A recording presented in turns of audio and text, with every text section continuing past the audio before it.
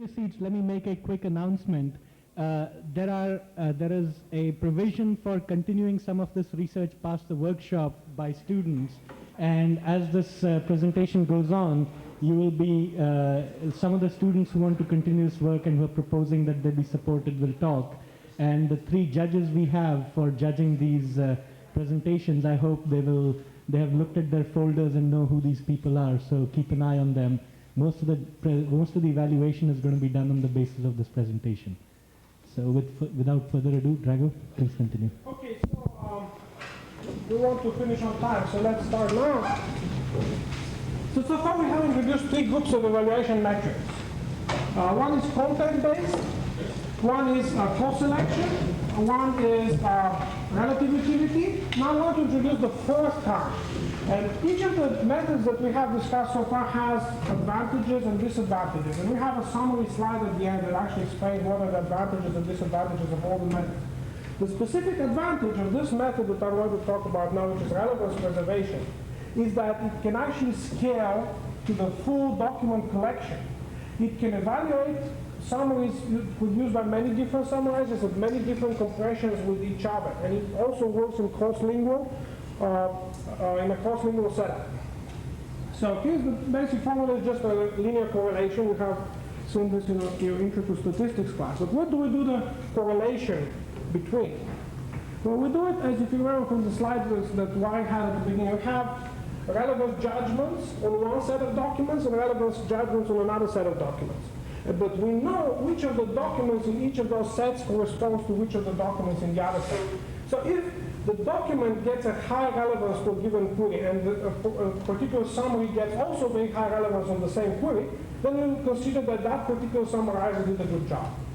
Because one of the most important things about summarization is to preserve the meaning of the original document, the contents of the original document. And information retrieval measures the relevance of a document to a given query. So our hypothesis is that if the summary also preserves relevance the same way as the full document, then that is a good summary. Okay, so here are some of the experiments that we did. I should warn you that we had 5,000 runs, more than 5,000 runs in 10 different dimensions. So I'm essentially showing you slices that show comparisons across several of those dimensions. I don't have aggregate data that shows you all the 5,000 times 18,000 summaries, which is in the hundreds of millions different summaries. Okay, so the first slide here is on the first 5 queries, different compression rates, and also the average on the first 10 queries. Again, for space, I'm only showing the first 5, but the average is on the 10 that we did for most of our experiments. Now you can see here that relevance preservation value is starts at 0.44 at 5% compression rate. So this is compared to the full documents. So what that means is that a 5% summary, when you run this entire collection of 18,000 5% summaries through the search engine, and you get the relevance scores. When you compare those scores with the relevance scores on the full document, you get a correlation of 0.40. And this is for this particular query 125. The average over the 10 queries is more interesting. That's 0.55. That's this point here, at 5% compression rate. At 10% compression rate, we see some really pretty significant gain. We're going from 55 to 69% correlation. And 10 and 20% are arguably the most useful compression rates according to the literature. So the next point here is again quite high, that is 20%. And we have average for 20% is 0.77. Now this is for random summaries. Okay, so now the question is, how can you do better than this by using some intelligent summarizers? Okay, so here's a chart that shows you a comparison of several different summarization techniques using relevance preservation as the metric. So full documents against with themselves obviously have a full correlation of 1.0. So that is our upper bound here. Random, most of the time, I would say, is the lowest, has the lowest relevance preservation value. So in our case, it goes from 1 for full documents to average of 10 queries, 0.8 on the random. So this is a 20% English only. Again, remember that we have 10 dimensions, and now I'm showing you comparison for different summarizers that are fixing the language and the compression rate.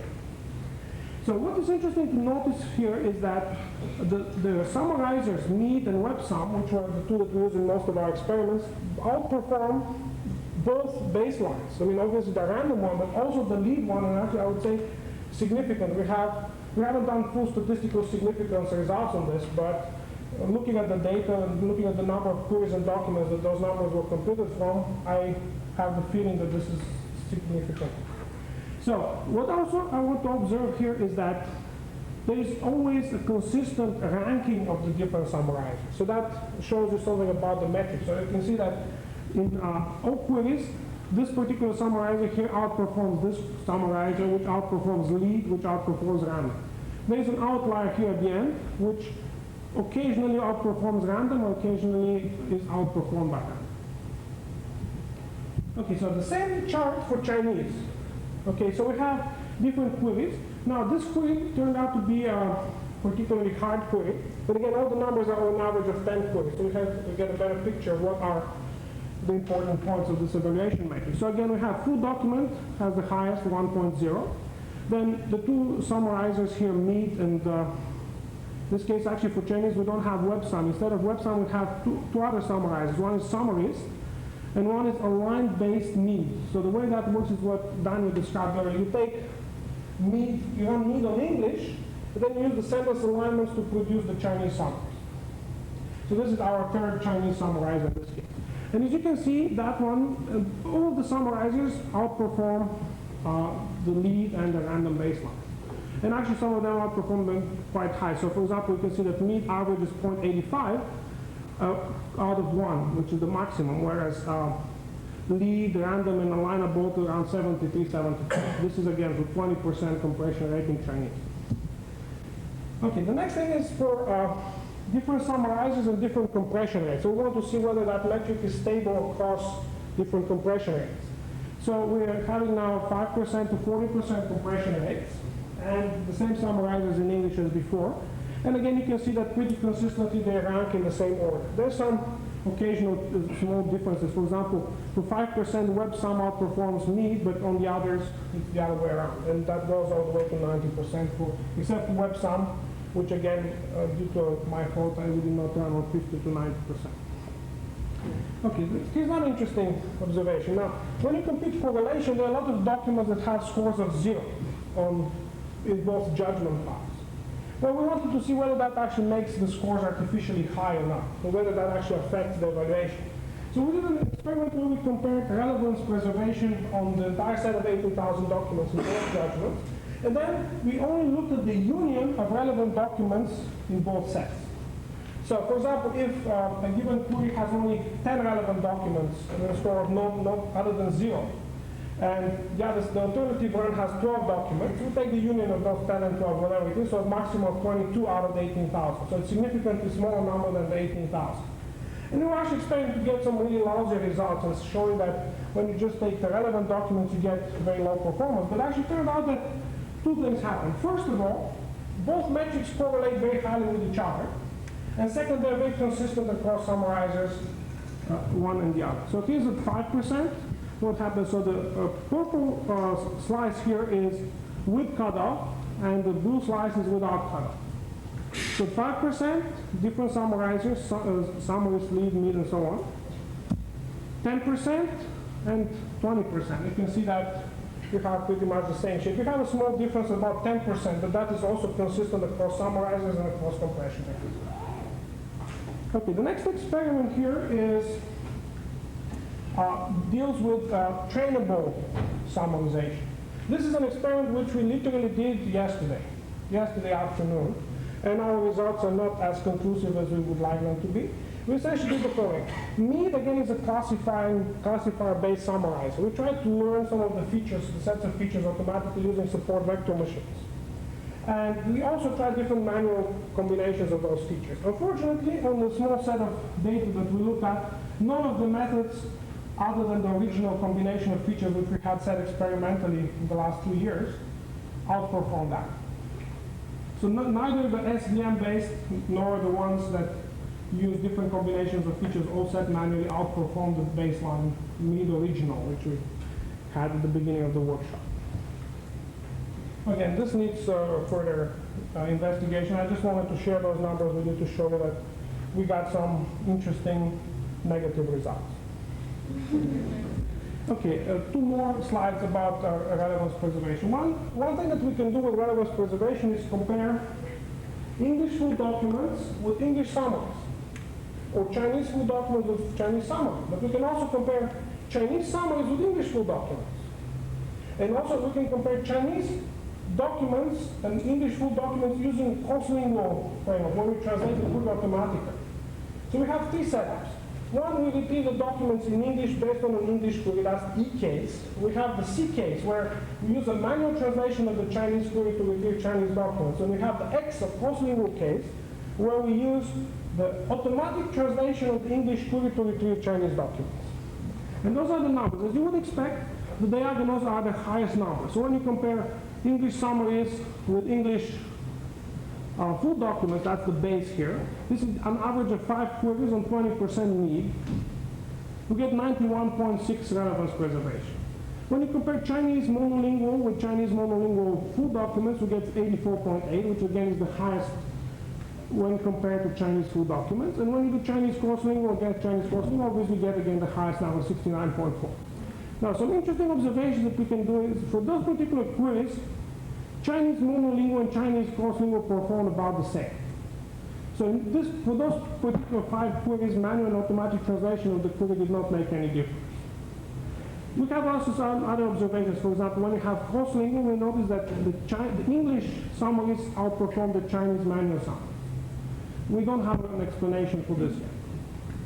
Okay, the next slide is something that addresses redundancy. Our intention from the beginning was to focus on this, but you probably realize that we just ran out of time. We were actually able to get halfway through it, and I'll explain what I mean by this. We couldn't get the LDC to produce this data for us because we ran out of funds, and we actually asked them to do lots of very nice things, which they actually did very well, but we just ran out of funds for this particular task. So we actually I asked some students at Michigan who are actually getting paid to do this, to do it for us. Unfortunately, that takes a little bit longer, and we haven't gotten those in time. So we were waiting until the last moment to get as many of this data as possible, but we will have to postpone this evaluation for future. But we're getting essentially subsumption judgments from those human judges. So subsumption judgment essentially says, if you had to include those 2 sentences in the summary, would you give them different scores than if you had to independently put them in the summary? So here's one way to explain this. You remember that with relative utility, system 2 was going to get 8 plus 7, 15 points, out of a maximum of 18 in the absence of subsumption. So this is what we're getting here. So the relative utility for system 1 is 18 out of 18 in the absence of subsumption. The performance of system 2 is 15 out of 18, again in the absence of subsumption. Now, in the presence of subsumption, which is indicated by this arrow, which means that if we include this sentence in the summary, then the second one becomes redundant.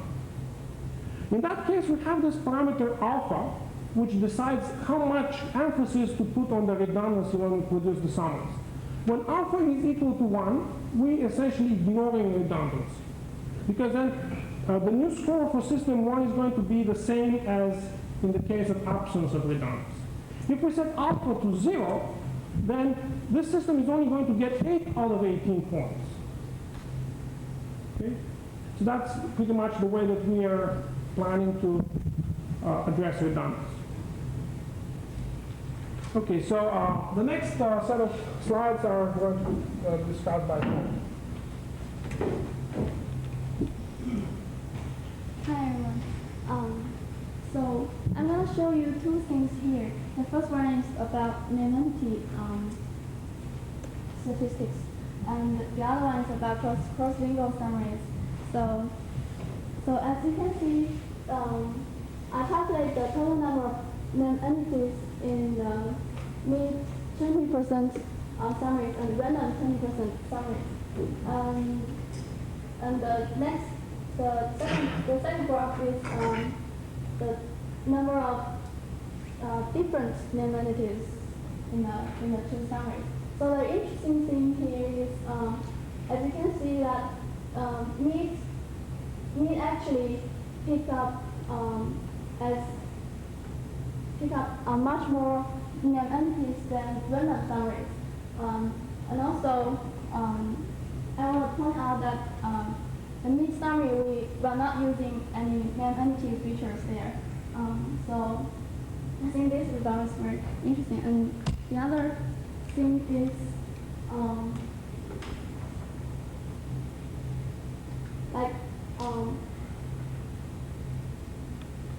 for the first graph, you can see we actually, if we pick up 20% mid summaries, we can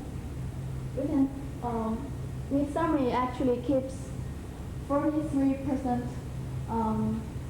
nonentities from the original corpus, and versus the random 20% random summary only pick up the roughly about 20% nonentities, and the other two are the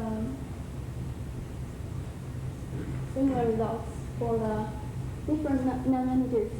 That is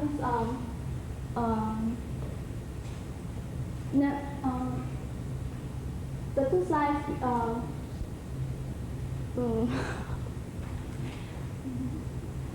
I'm sorry. Could you say what you mean by different nonentities? Yeah, different nonentities means so like in the corpus we have like if Hong Kong appears a lot of time. So for the nonentity, I mean I calculate each time they appear. By different nonentity, I just calculate once. Time token. Yeah. So the second thing I want to show you here is the cross-lingual experiment. So what I did is I pick a English query, and then using our query translation system to get the Chinese query, and then on the English side, I run read using the English query, get the query-based English summary, which is on this side. And on the Chinese side, I run the Chinese query-based read on the Chinese document, and I got the Chinese summary. And then I use the sentence alignment to get the aligned English summary, which is on this side. I highlight the sentence which are the same. So pretty much we can have a feeling that these two summaries are pretty similar. So I did some more experiments with 5 cluster on the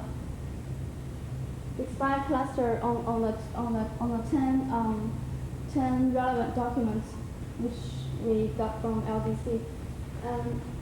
As you can see, that the aligned summary is pretty much it's very similar to the original summary, except for the 5.1 which we discussed. Simona pointed out that 5.1 is very difficult cluster. So this results very very encouraging. So I think the difference between the two numbers is because the query translation part and the sentence alignment part. Only this part contribute to the difference.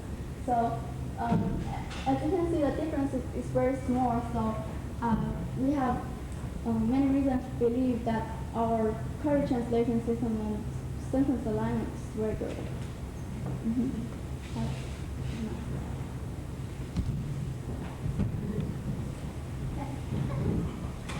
So I'm going to talk about some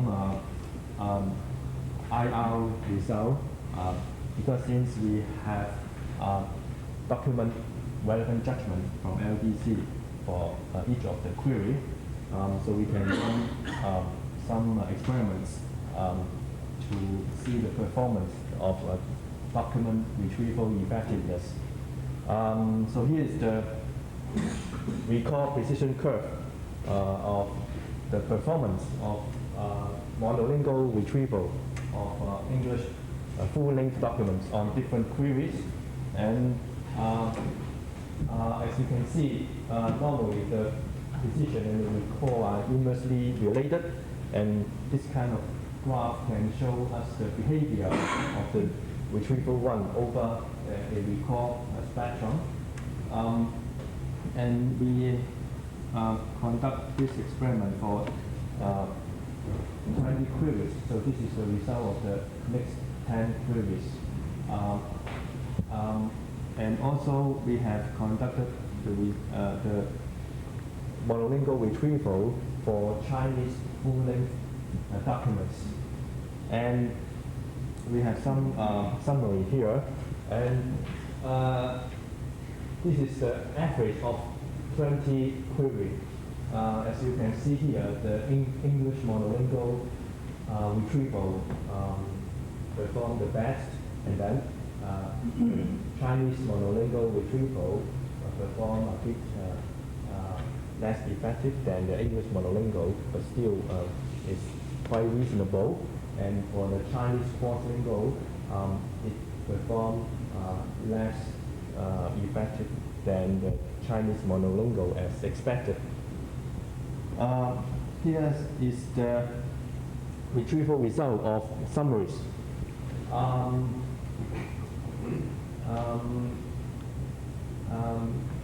Here, one interesting point is that this sentence aligned summary, the red one,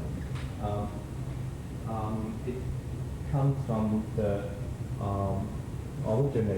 the summary is in English, but the original, it comes from Chinese summary and through the sentence alignment and got the English summary. And it can perform relatively close to the other summarization method. And finally, this is the precision at the first 30 retrieved documents of different kinds of summary. And in some cases, some of the summaries are they can perform even better than the full-length document, as you can see on this graph. So here's the result of the retrieval effectiveness. I found it here. The difference between 41% and 48% precision of the first 30 retrieved documents is something that typically will be drowned by the scatter between different queries. Do you have any sense of what the scatter is across your queries here? You mean the distribution of the... In reality, in many retrieval systems is that some queries work extremely well. Yeah. Some work extremely bad. Yes. This graph only goes from 41% to 48% precision in the first 30 retrieved documents. So my gut feeling is that the average person using these systems would not be able to perceive the difference because it would be lost in a huge scatter between queries. Yeah, you're right. And also, this is the average of the all the queries, 20 queries, and but in general, it correlates. I mean, if the query is easy, that means the retrieval engine can perform well on a certain query, on a particular query on a particular summarizer. Random. For random, it is rather stable. I mean, most of the time, the random summary perform at this level. Yes. I'm trying to understand the difference between this result and the previous one. For the previous result, you were measuring precision and recall differently. They're measuring precision versus recall. Yes. And on those curves, it looked like full length was best, right? And then, you know, each of these things were a little bit worse. Actually, random was about the same, Yeah. only slightly worse. Yes. Now you're measuring precision for the first 30 documents. Yes. And with that measure, there's more of a difference, though you have to be careful. The scale is compressed. This whole scale only goes from 41 to 48. But still, you're showing that for this measure, mean is somewhat better than full-length document. Yeah. At this particular document cutoff At 30, at 30. at Yeah. 30. Yeah. Why did you choose 30? Is this the same for other document cutoffs, or is this the only one where there's a difference? Oh. Or did you try this at 10 or 5? We could cut off at 10 or at other document cutoff. 30 means I mean, normally we will, when we submit a query, normally we will look at most 30 documents, and that is the in practice we look at this particular amount of documents. And these folders had, these clusters that had exactly 10 documents judged relevant to each query? Yeah, they have more than 10 judged relevant. Oh, they do? Yeah. Okay. And I guess another thing which I would want to see is next to each of these green bars, if you could put another bar which said what is the relative utility of the summary produced by me, or the relative, or any other measure that you feel comfortable with of the summary produced by website. Okay, I understand. Okay. In other words, is it true that if you do a better job of summarization, you will get better decisions? Yeah. You got a question for why? No, is there going to be such a Oh, problem? no, there's not trying, but I will explain more. Well, it's almost suggesting that you could tune your summarizer to include those sentences that maximize retrieval based on whatever the retrieval measure is, the inverse document. We have retrieval fully based is. summaries as well, with reporting many results. And actually, we have a slide somewhere that shows the fully based summary without performing generic summary, but that is not so normal. We didn't want to do it. No, I'm saying that you could design a summarizer that maximizes term frequency, inverse document frequency, or things like that, rather than unless that's how you do it generally. And then these results would be what? Another question about when you say that the summarizer puts out 20%, that compression number, is that the number of words or the number of sentences? Sentence. This is 20% sentence. Sentences. So if the summarizer just simply said, I'm going to take the longest sentences, it would have an advantage by any measure. Okay, yeah, that's. I have a slide with this actually. So we actually did, we thought of this question, we knew it would be the audience. So we actually did all the experiments for, not all experiments, but just all the setup in both the word and sentence-based compression rate. We actually have a very elaborate algorithm which uses an existing summarizer and forces it to produce summaries of the right length on average. Because that's the best you can do. Because if you summarize a quick sentence, full sentence, there's no way to force it to produce a specific number. But you make it sure that on average it will produce. And I have a slide somewhere that actually shows you that there's no difference between performance on sentences and on words. That there's no significant difference. It's one of the hidden ones. Okay. So this one is, okay, that's the one. Okay, so this is random performance, sentence, and word-based compression rates. And I believe I have similar one for non-trivial summary. So need original on English, again based on words and based on sentence. So those are the only two experiments that we have done that show this comparison between one and the other method. So that says that me does take longer Yes, all the summarizers pick, And it helps it. all the summarizers pick on average longer sentences than random. And that does help it. And if Yes, the and that method does of doing that it works. Yes. Now, somebody was asking how, Sanji was asking how do the different metrics are the summarized. We don't have conclusive results yet because we again finished most of those results in the last 2 days. But roughly, the way it works is that lead seems to outperform any reasonable summarizer when you use precision and recall, and percent agreement, and I'm not sure about kappa. And 9 kappas. So all the selection metrics. Then reasonable summarizers outperform lead and so on all the other metrics, including relative utility and relevance preservation. Meat outperforms the other summarizers across the board, except for query-based summarization where WebSum, which is another summarizer that we use, outperforms all the other summarizers. So that is roughly what that table would look like. And there's always a consistent ranking, except in the query-based case for the different summarizers. Yes?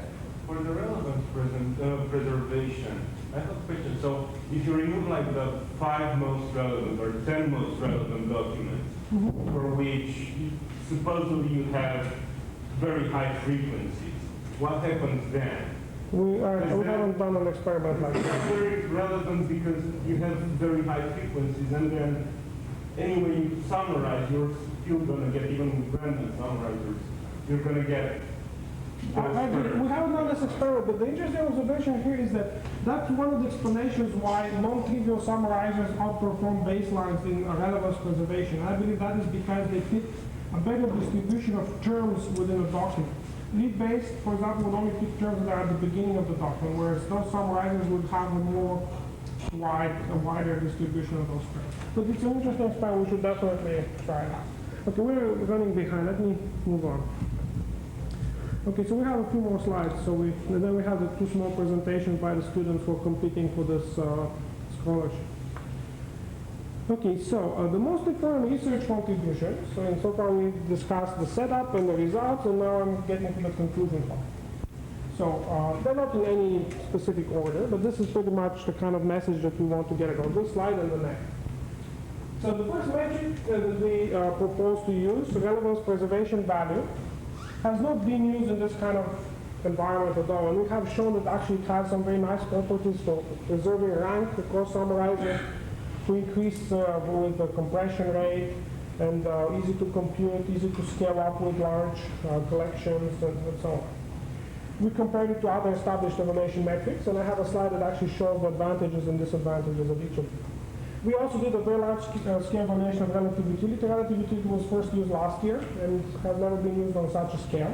And we found some very interesting properties of that one as well. We also did a comparison of query-based and generic summarization. And we showed that, we don't have a slide for this unfortunately, but query-based obviously outperforms generic. That was kind of obvious. That's why we put this slide. We compared manual extracts and manual summaries. I don't think that that has been done on such a large scale ever. So we were able to get the LDC to produce summaries and extracts and compare the 2 of them and establish some sort of upper bound on the performance of a summary. I think that's probably one of the most important results. We were also able to do cross-lingual summarization using alignment. I'm not claiming that we're the first ones to have done it, but certainly nobody has done it on such a large scale so far. We have actually some results that show that this is a viable approach because we're doing, again, we're using automatic sentence alignment. And that helps a lot. And finally, we did this very significant, very serious study of cross-lingual summaries. And we showed most of those results on using any of the 4 metrics. Okay, now the other slide here, okay, this is the properties of evaluation metrics. This needs a little bit more work, but roughly the basic idea is that kappa, precision, recall, F measure, and accuracy are all content-based. Are all co-selection based. And they cannot be used to compare human summaries and extracts. They don't deal with non-binary decisions. You cannot use them to compare full documents with extracts. You can only use them to compare extracts with comparable compression rates. You cannot use them to compare systems which segment sentences differently. And you cannot use them on a large scale full throttle because you need manual judgment. Relative utility has this extra advantage of using non-binary decisions, and I showed in my paper last year, which we didn't cite here, that this actually helps a lot. and there's agreement between judges on this metric. Now there's some disagreement whether this is a better metric than precision and recall, but at least for certain tasks than kappa. For certain tasks it is better. Now word cosine, word overlap, cosine, LCS are very nice metrics. They handle any possible case. Summary with extract, abstract with extract, full document with summary, and so on. The problem with those is the generic bag of words approach. So a summary that puts the document backwards would get the same score as the full document, which is certainly not what we want. So this is a major disadvantage, and I'm not sure if there are not others. Finally, relevance preservation cannot be used to compare human extracts and human abstracts because relevance preservation is geared toward large corpus. So we here have a corpus of 18,000 times 236,000 documents. That's when it makes sense. But at least on the other hand, what you can do is you can compare full documents with different kinds of extracts, different extracts produced by different systems, manual, automatic, monolingual, multilingual, and so on. Okay, the next slide here is a copy of the slide that we had at the beginning of the workshop. And I feel very confident to say that we have achieved pretty much all the goals, technical goals that we set at the beginning. So we have a summarization toolkit. I mean, obviously this all needs a little bit extra work to make it publicly available. We will make it publicly available in the near few months, and everybody will be able to use it. So we have a state-of-the-art summarizer. It was based on MIT version 1.0, which was developed at Columbia, with 2.0 at Michigan, and the new version was done at this workshop. This is the modular trainable version. It deals with single document, multi-document summaries, generic query-based summaries, monolingual, and cross-lingual summaries. We also have very nice summarization evaluation toolkit. So that's another thing that you can take home and use. You can compare your system with other systems on common benchmarks, with our results, with your own results on different runs, and so on. We have also the tools that would allow you to index your own collection, convert it into the right formats, and run evaluation on your collection without even using the Hong Kong News Corpus. Because you realize that Hong Kong News Corpus is aligned in English and Chinese, but most of the evaluation metrics that we propose and use here are just as applicable for single language. And the third contribution here is that we have a very nice annotated corpus for further research and text summarization. So that includes the documents, the document alignments, the sentence alignments, the manual queries in one language, the manual translations, the automatic translations, the clusters of relevant documents, single document extracts, multi-document extracts, single document abstracts, multi-document abstracts, single document automatic extracts, multi-document automatic extracts, XML versions, part-of-speech type versions, lemmatized versions of all the documents, and the right tools to convert from one format to the other. Future work. Very briefly, we tried to evaluate trainable summarization. We did not get there. That's one thing that we didn't really want to do during the workshop. We tried, but we ran out of time.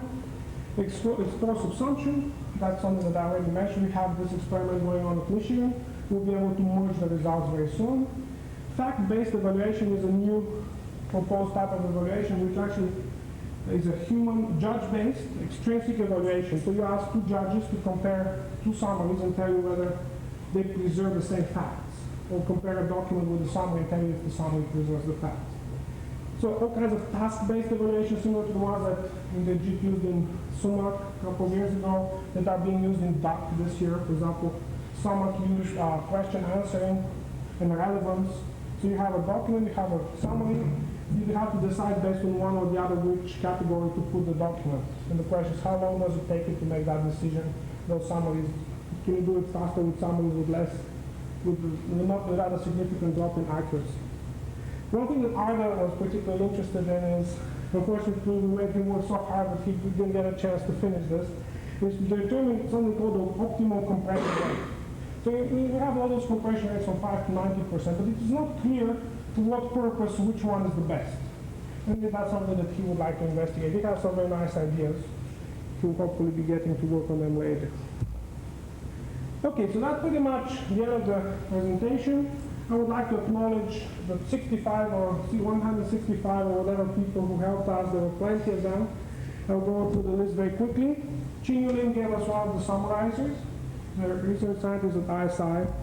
Inderjit gave us another summarizer, plus a lot of advice, plus the right to read his book in preprint format before it came out. It was very useful.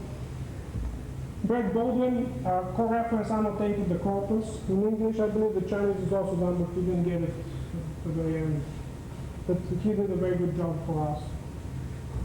Regina Barzila at Columbia gave us the first lexical chain summarizer, and the faster version developed by Greg Silber of Delaware. Dan Milano gave us an alignment tool for sentences.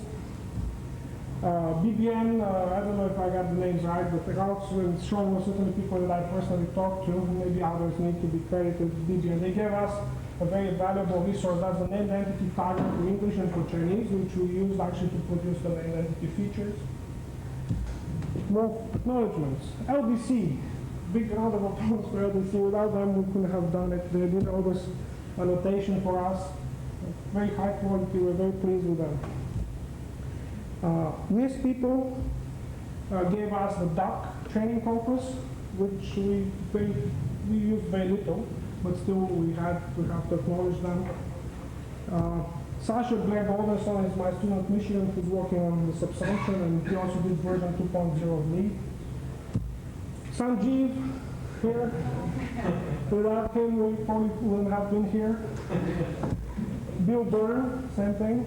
Where is he? Over there. So thanks to both of you. I think it was a great workshop, and you certainly contributed a lot. I guess the experience of, what is it now, 9 years, 8 years, that's how. Laura Graham, making sure that we get paid. Definitely on the list.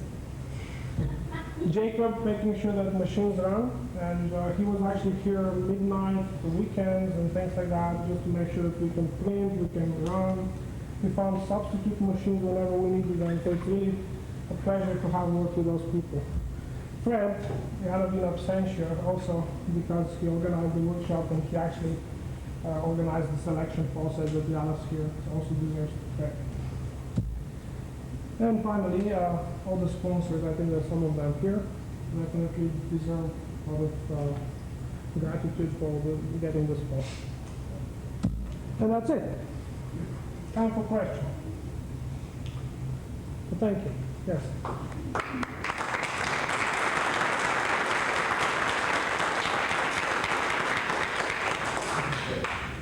And you work entirely with extractive summaries, is that right? We could use extractive summaries, but we allow for a lot of different kinds of evaluations that compare extractive and non-extractive summaries.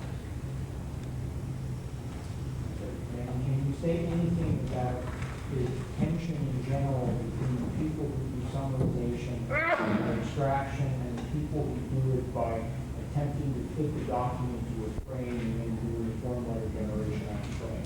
I would sound very paranoid if I said this, because my thesis was on this mock filling kind of generation-based approach to summarization. I'm doing sentence extraction, so there's tension in the community. The main point to keep in mind is that sentence extraction is domain independent and scalable. All the other approaches are very nice and probably will be a lot of interest in the future. So far, they are still, I would say, in their interest. I'd also like to say something. I think this tension partly motivated the fact that we worked so hard on the evaluation measures, because people working in one side of the field often feel that the evaluation measures of the other side either completely exclude them from the competition or unfavor them very much. So we wanted to show different evaluation measures and how they perform. Well, where possible, how they perform on both sides. Yes, Doug. I really like the way that you thought about the evaluation measures. I wanted to suggest sort of another aspect of it that I didn't see on your graph, which you mentioned briefly in the future work, and see if you had any reaction to it. If I try to, for example, do IR on a summary, and I make a summary that does really well for IR, that means in some sense I kept the right word. Mm-hmm. But what I really want a summary for, a summary is like an interface device. I'm trying to actually communicate with human, I would think, with the ultimate goal for some purpose. And if the purpose in that case is selection, I'm hoping the human will see relationships that the machine would have missed. So maybe there's some sort of extra line in the table that belongs like a task motivated. If we tell a good story about what kind of a task we would really want a bag of words score to be high for. You know, somewhere there wasn't a sheet in this lecture. Well, definitely different users have different needs. So that's why we are splitting those different evaluations into different task-based, intrinsic evaluations. So there's lots of task-based evaluations and summarization. So question answering, categorization, relevance, and so on. And it has been shown in the literature that you get different summaries for the different kinds of tasks you perform differently. So you have to know ahead of time what user will be in the loop to decide what is the best summary. I don't think that's quite where I was going. I wasn't going for a task-based summary, which I think is a great question too, but I was going for a task-motivated summary, where not only can you show that this score discriminates between, say, random and some real system, but also that you can say that the dimension of which the discrimination is demonstrated is plausibly related to a task. And if you can't tell that story, then you might in fact discriminate among systems very well, but you might discriminate in a way that wasn't related to a purpose that somebody might apply it to. So I think it's the ability to motivate the measure in terms of a task might be an additional way of showing the strengths and weaknesses of certain measures. I totally agree. This is something we can probably discuss. I mentioned this a few times when we talked, and I'm still worried about it. By all of the measures, or almost all of the measures, random summaries did almost as well as the best summaries, whether by human or by automatic systems. Now, I don't believe that could really be true, especially for the lower end of compression. If you're only picking 5 or 10% of the sentences, it's hard for me to believe that picking a random 10% of the sentences would produce any kind of a good summary. I would think it would be pretty bad most of the time. And yet most of the measures show relatively small differences between that. Is it that I'm wrong and randomly chosen sentences are actually not bad? Okay, yes, I think that's what Or it is is. it that the measure is really just not responsive to large? No, I think it's definitely the former. It has been shown in the literature and information theory 50 years ago that English or any natural language is redundant. So that's pretty much the basics behind summarization. You want to keep a small fraction of the document which still preserves most of its information content. So if you pick random sentences, each of them has, relative to its length, a higher information content. That's why random doesn't do that bad. Now, we actually looked at those different 4 kinds of categories of measures, and we looked at least relative utility and relevance preservation, where clearly non-trivial methods outperform not only random significantly, but also lead-based, which in the previous literature was thought to be best for most tasks. So I think that's my way to answer your question. So random is really not that bad, but there's also this huge gap between random and inter-judge agreement, which different intelligence summarizers have to cover, and that's what we addressed.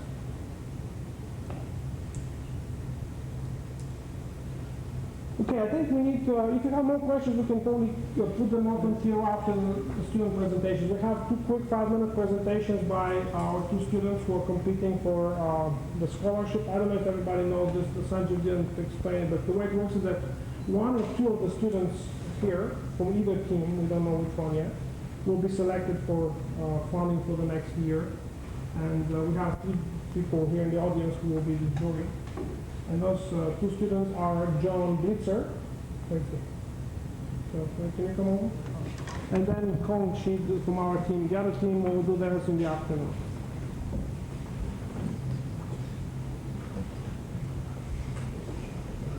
Okay, so John, you have about 6-7 minutes. Okay. Yeah, so before I start, I really think I should thank everyone in the workshop, but I especially want to thank Drago, Simona, and Horatio. They've really been incredibly supportive of me, and when I had dumb ideas, they told it to me diplomatically, and they helped me out at every turn, and I really can't express how grateful I am. Honestly, it was a really great experience, and thank you very much, guys. So I'm going to talk about learning cross-sentence relationships for extractive summarization. I hope I managed to convey this before, but there's a pretty big need for coherence in summaries, even in extractive summaries. So the idea is that summaries are a unit, and that extracting them on an individual basis is merely an approximation to this function I discussed before, which extracts summaries as subsets of sentences. And in that vein, I'd like to show this excerpt from Inderjeet's book, which is an extractive summary that's pretty incoherent. And if you guys could look at it for a little while, and it's a document probably all of us know pretty well, many of us know pretty well. And you can see that it's just, I mean, it's just terrible. There are pronouns all over that have no resolution, and I mean, the sentences are sort of thrown together, and you don't really know what's going on. Can anyone tell what it is? Just curious. Oh yes, it is the Gettysburg Address. He actually says that in his book beforehand, so I couldn't say whether I was able to tell. But so yes, it is the Gettysburg Address, but it's pretty bad.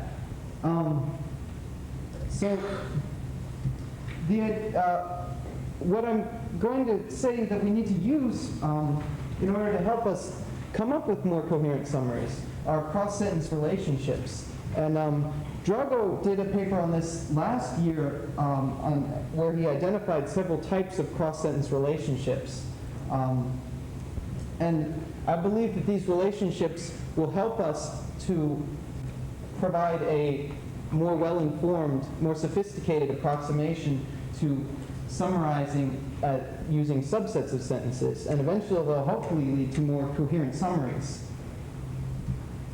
So I'd like to revisit the redundancy problem that I discussed earlier on in the presentation in the context of information subsumption. So we can read these two sentences, and we can see that sentence B contains all the information in sentence A, along with some additional information. And so we write, we can say that the information in sentence A is subsumed by the information in sentence B. So what we have to begin with now, Drago talked about it a little at the end of the talk, was he had several judges at the University of Michigan annotate some of the Hong Kong news corpus for subsumption judgments. And so what we have are these long lists of numbers. So this is, I can't remember what cluster this is from. So he annotated 12 clusters. But this is from some cluster. And it says that sentence 1 in Article 1 subsumes sentence 2 in Article 5. And also sentence 2 in Article 1 subsumes, or sentence 1 in Article 2 also subsumes sentence 2 in Article 5. So we have these lists of subsumption judgments that I believe will provide pretty good training data to begin with, to start learning how exactly we can identify cross-sentence relationships. So we only just got the data, so I can't really provide much in the way of statistics. The average number of sentences per cluster is 170, and the average number of subsumption judges that Drago's data has is 204.5. So potentially they're n-squared subsumption judgments because they're n-squared pairs of sentences.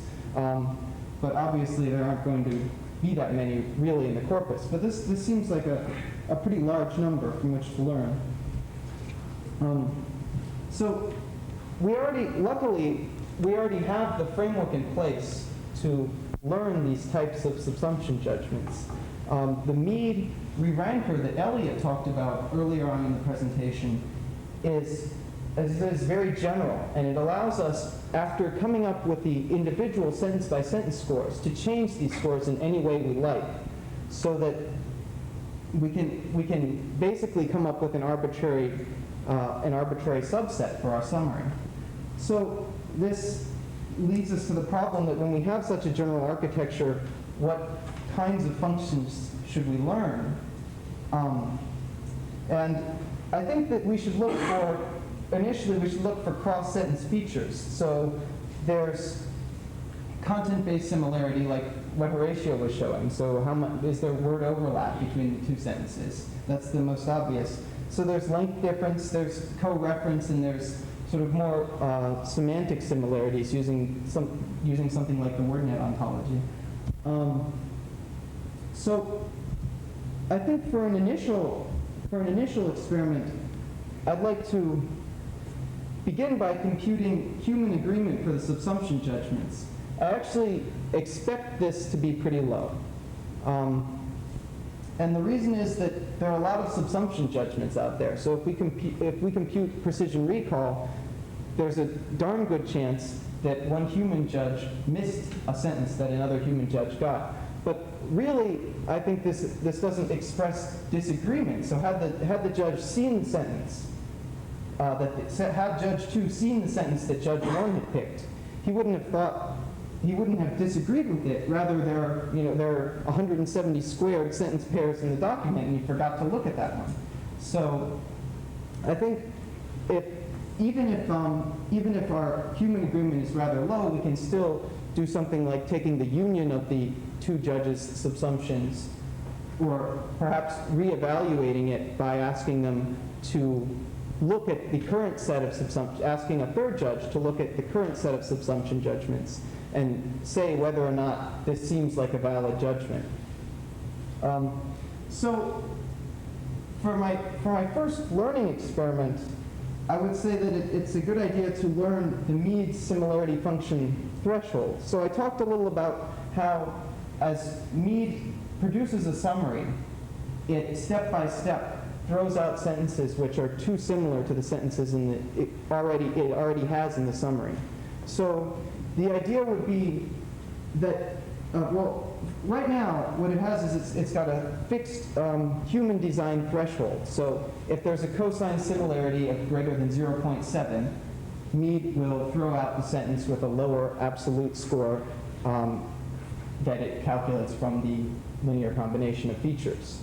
But what we want to do is learn the threshold which maximizes this function.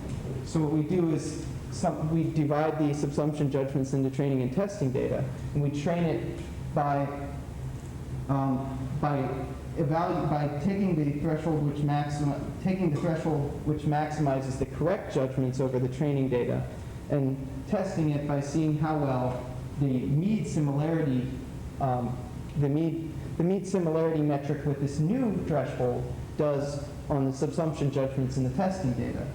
So, and eventually I hope that this will lead to learning cross-sentence information subsumption in general. This could be a good step toward a more general approach toward cross-sentence information subsumption, using some of the other features besides simple word-based similarity. And in addition, I hope to, Drago also has judgments for other cross-sentence relationships, the other ones that he mentioned, and I hope to experiment with some of those. So I think that this initial experiment is sort of an interesting first step in that direction. So, yes? So, I'm a little confused. You've Okay. got a listing of the cross-sentence relationships, many of which depend upon adjacency or proximity. So contradiction, for example, might contradict the thing that came. Right. But Meade is taking the sentences and ranking them.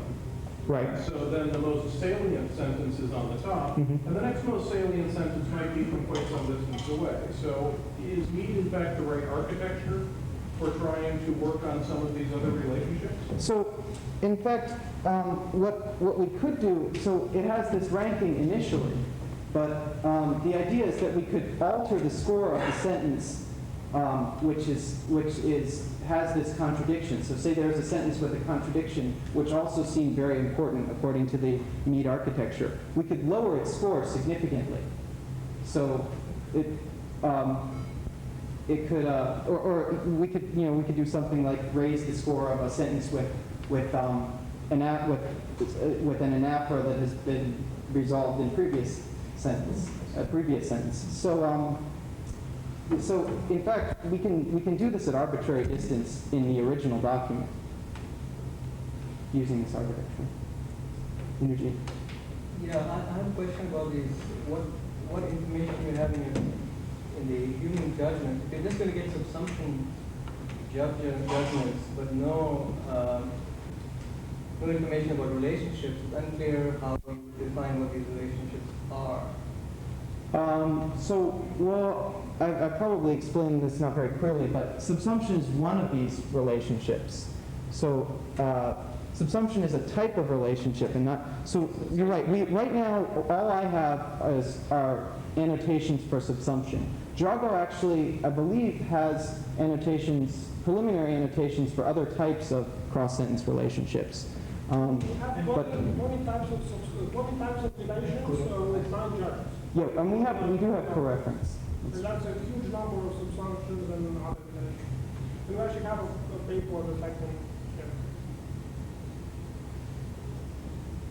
It just seems very difficult to decide whether something is a contradiction or not without using a lot of semantic information. Right, well, And so, yeah, so contradicts, this is why I want to begin with something like subsumption, where Mead already has a pretty good predictor in its architecture.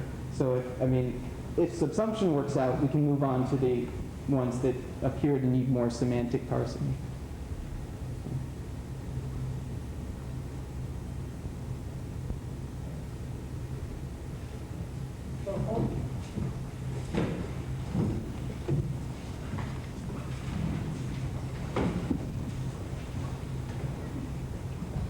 Stand here again.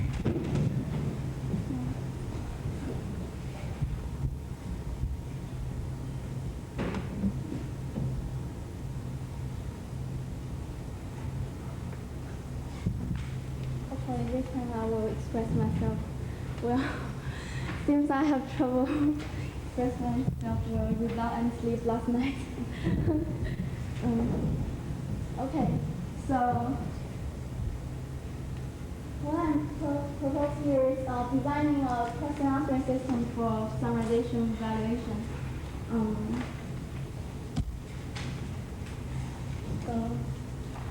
So question answering experiments actually has been used to evaluate summaries, but so far it's only been done by manual. So it's actually a very demanding work.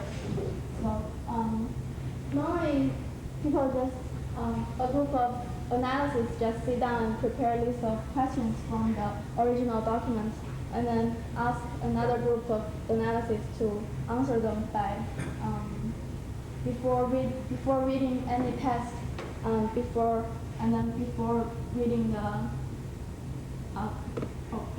any text, and the next step is after reading the summaries, and then after reading the whole document to see if they can answer more questions after they read the summaries. So what I'm thinking is, what about if we make this process automatically? Then we can do this kind of question answering evaluation to a large scale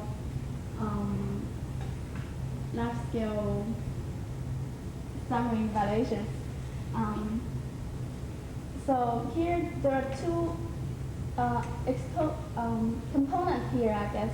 One is question answering system, and the other is one is prepare the question, create the question, and the other one is to answer the question.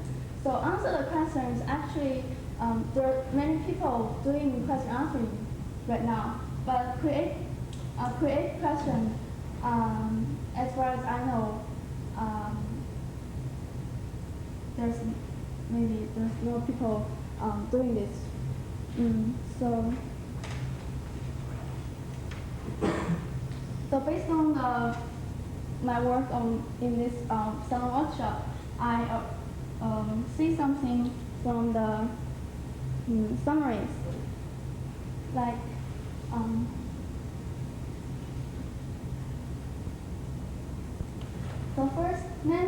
could be potential answers to factual questions.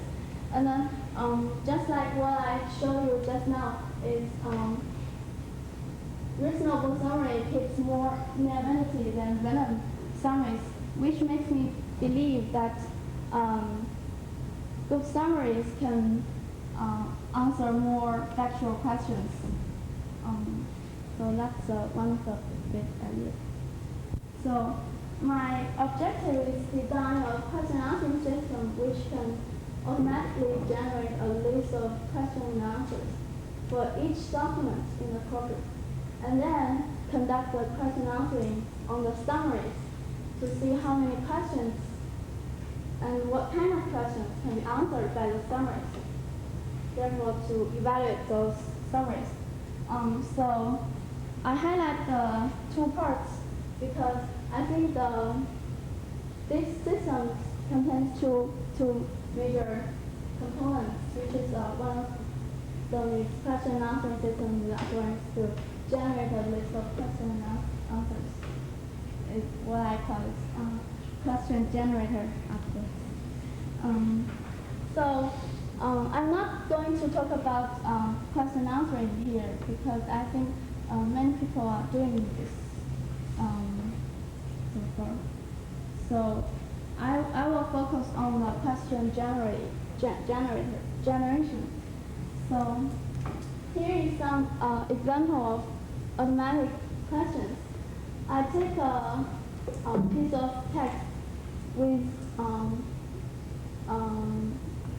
naivety taggers there. I use the BBN naivety taggers. So we can, as you can see that these three questions are generated manually. Hopefully I can use the naivety information to generate this kind of factual question automatically. So I thought about some characteristics of question generator to evaluate summaries. I think first of all, the question generator should be able to generate questions for important parts of a document. Because when we use question answering experiment to evaluate summaries, the people create the questions based on the important parts of documents. And then the second feature of the question generator is to generate different level of questions for text parts with different importance. That means I think that means like in the document we can have a list of we can have a lot of naiveties in there, and different naivety has different importance, maybe because according to their frequency, if a naivety appears a lot, then we can believe that that naivety is important to that document. So we can the question generated from this kind of important naivety, we can believe that this question is important question. Yeah. Well, it seems like if you could figure out which parts of the text were important and which parts were not important, you'd have another extractive summarizer. And I wonder whether you're not just proposing a particular technique that could be used for summarization, and then you're going to evaluate other summarizers by comparing them to your technique. I think by importance, I mean,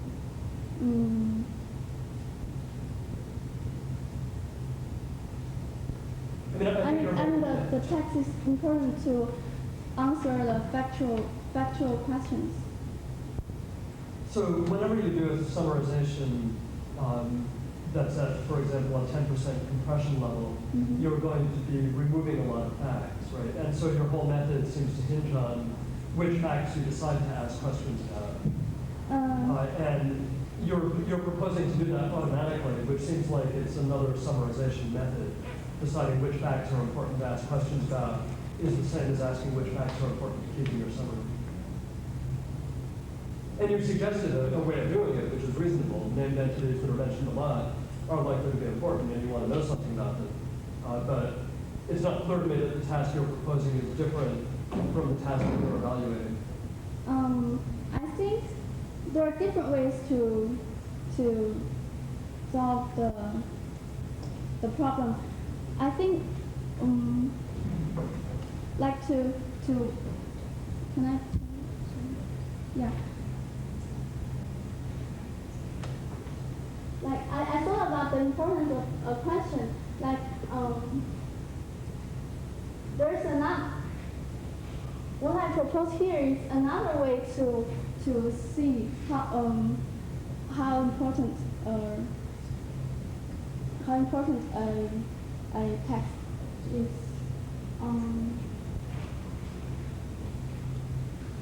So like in my case, I can use the questions to see which part is important, which part is not. But in the summarization case, we can only depend on the text itself. Does that make sense? So go back to this side. Okay, so the third feature of the question generator I thought about is not to generate duplicate questions. So suppose like in the original document, maybe more than one sentence is the most important. Maybe more than one sentence carries the important information. So if we want to generate a good summary, we should only keep only one of them. Just like the case here, if we generate duplicate questions, then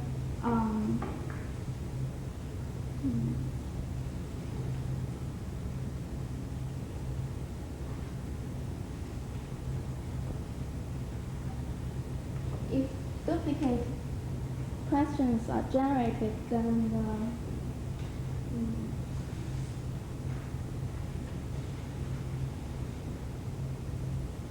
it will have bad effects. Yeah, you want to accomplish Yeah.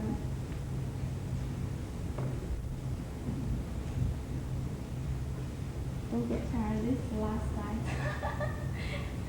So here's some sort of for how to design a question generator. I think about several methods to do this. Like first, we can use the name entity in the document.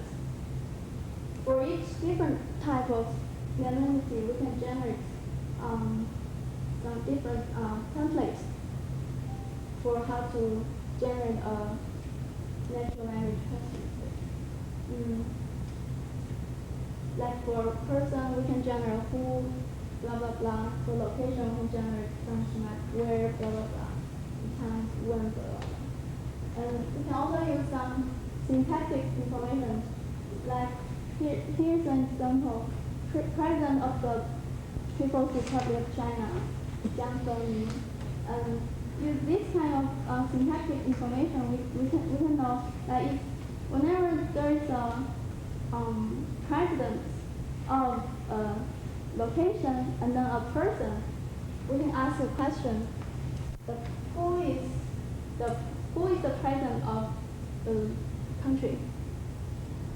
Something like that. And also another way to generate questions is a trainable way.